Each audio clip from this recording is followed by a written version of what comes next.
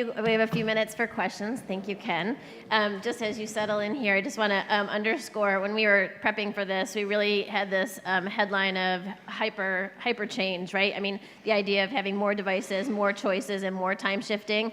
It's always easy to say, oh yeah, TV viewing is changing, but this really is a call to action, and we hope that you leave this session with a sense of urgency to explore this type of data.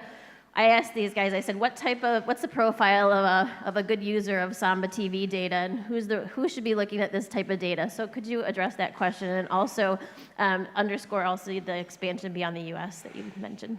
Yeah, I think when you talk about who's the right customer for Samba TV technology, it's really anybody who buys TV, buys media on TV, and particularly those who understand those fragmentation ideas that we're talking about. Like, they want to be able to reach light TV viewers.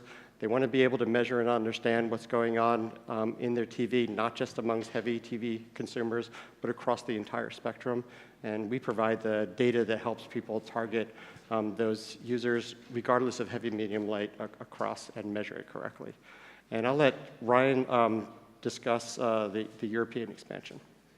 Yeah, so we're taking a similar approach of what we did in the US and building a normalized footprint so that we can actually do some projections out to the total population. But we are currently piloting studies for reach frequency in the UK with some conversion studies coming along shortly thereafter, and then starting the pilot process now for Germany. And we hope Italy, Spain, and France, and Australia towards the end of the year. Great.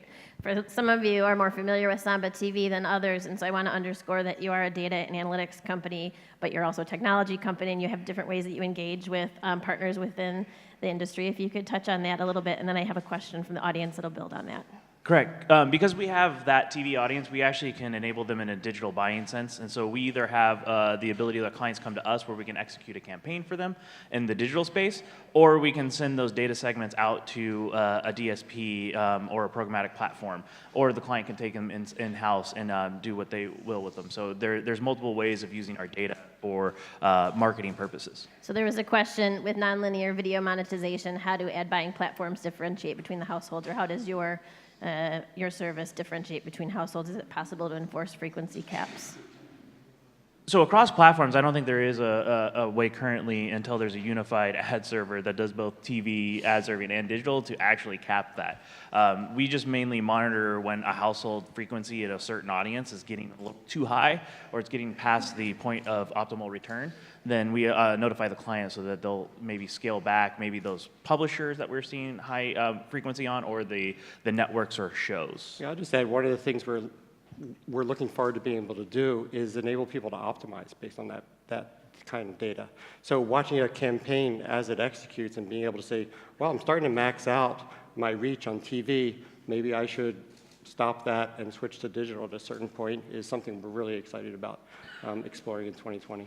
We also had a question about, could you provide global cross-media reach frequency? Obviously, with your current footprint in the US, it's possible within the US, but I'm assuming that as your markets expand, that could be a capability. Yeah, once we get the UK up and running, we're likely to be able to do at least 2-market cross-screen reach frequency.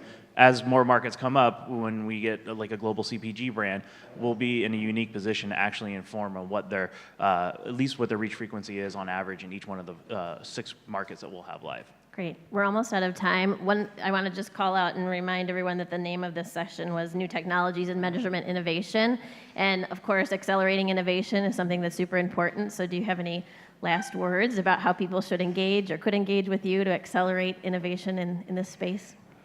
Wow, I would say just, be aware that this fragmentation is occurring.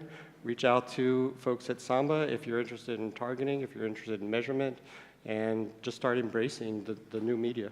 And we're always interested in partnerships too. So anybody else who has another data source, they want to see what TV data might add to it, we're always open to that conversation. Great, thank you. Thank you, Kelly.